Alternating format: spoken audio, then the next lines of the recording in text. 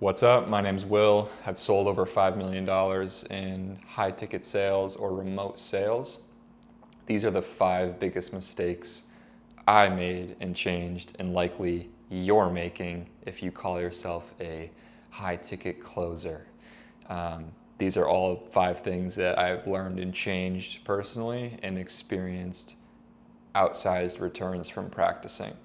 So, number 1. Casting pearls to swine. This means making offers to people who are ideally not a good fit for the offer. In other words, trying to fit a square peg into a round hole. We all know that call where you're getting on and the person is just not in a great situation to move forward, either mentally, financially, whatever else it may be. You know deep down, this really isn't going to work. And there's a couple things wrong with that. 1, it's manipulative. 2, it will likely result in a refund and wasted time and energy from the business itself. And there won't be anything good that comes from a person closing like that other than a couple $100 entering your bank account. So I understand why people do it. I certainly did it. It's a net negative long term and a waste of time and energy. The better thing to do, and this leads me into point 2, is practicing meta-resourcefulness. What does this mean? Glad you asked. When you're in a situation where the person might not be in the best position to move forward this very moment, 1, what you can do is say something like this. Hey, I'm going to be your free consultant here for the next 5 minutes. Here's what you need to do, X, Y, and Z, to orient them in a position where they are able to purchase your product.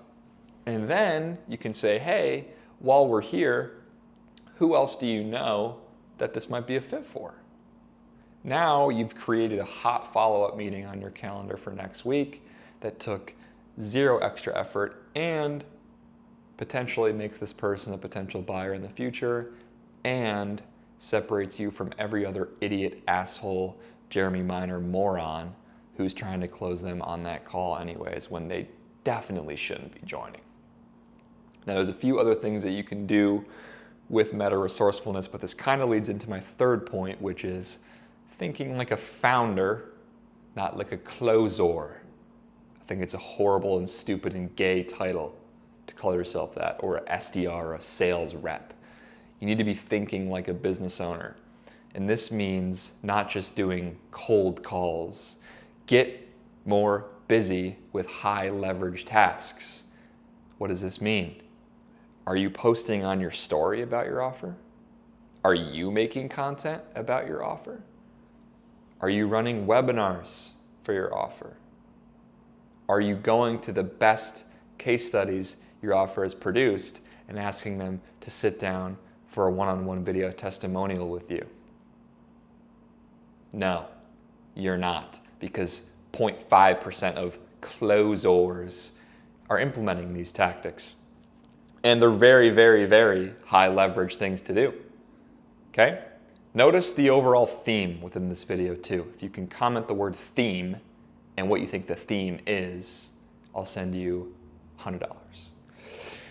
Number 4, rushing steps in the process or revealing the punchline too soon.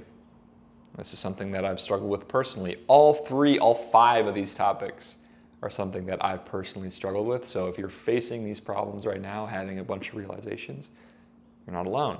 That's how learning works. Anyways, not rushing the process. When you're taking somebody through a call and your objective is to be detached, to be the cool guy, the offer is in your backpack. It's not even on the table yet. You're just having a conversation. It's like going to kiss a girl too soon and getting rejected. After you go for the kiss, you're not going to close that deal right then and there again, unless you want to loop like all these other fucking morons. That doesn't exist. It's awkward. It's stupid. So you don't want to pitch something unless you're 99% sure that person is going to say yes. Does that make sense? Another thing that you should never say.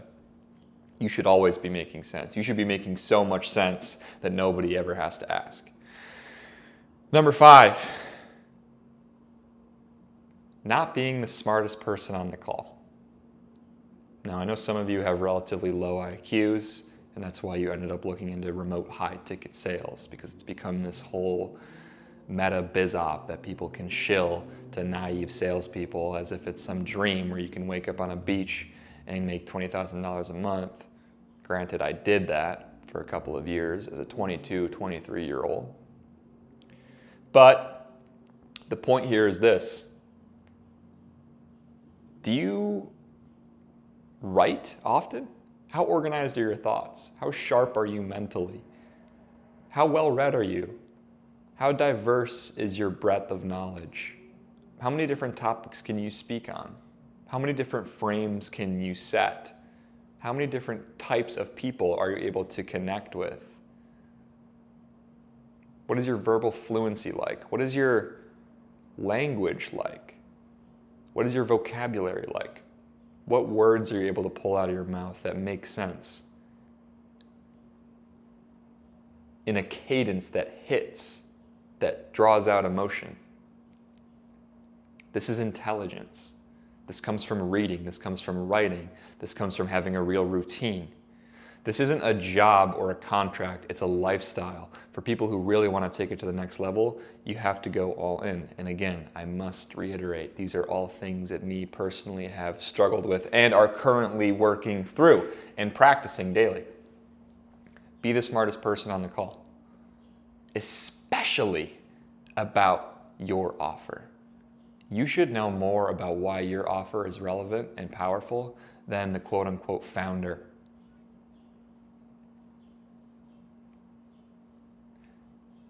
What do you think the theme of these 5 points are? Let me know, what is your main takeaway from this video? You can follow me at willbow3n on Instagram or Will Speaks on TikTok. Shoot me a follow, send me a message. I'll probably respond, I might not. Anyways, let me know your biggest takeaway. These are the 5 biggest mistakes closers are making. Let me know what you want to see next.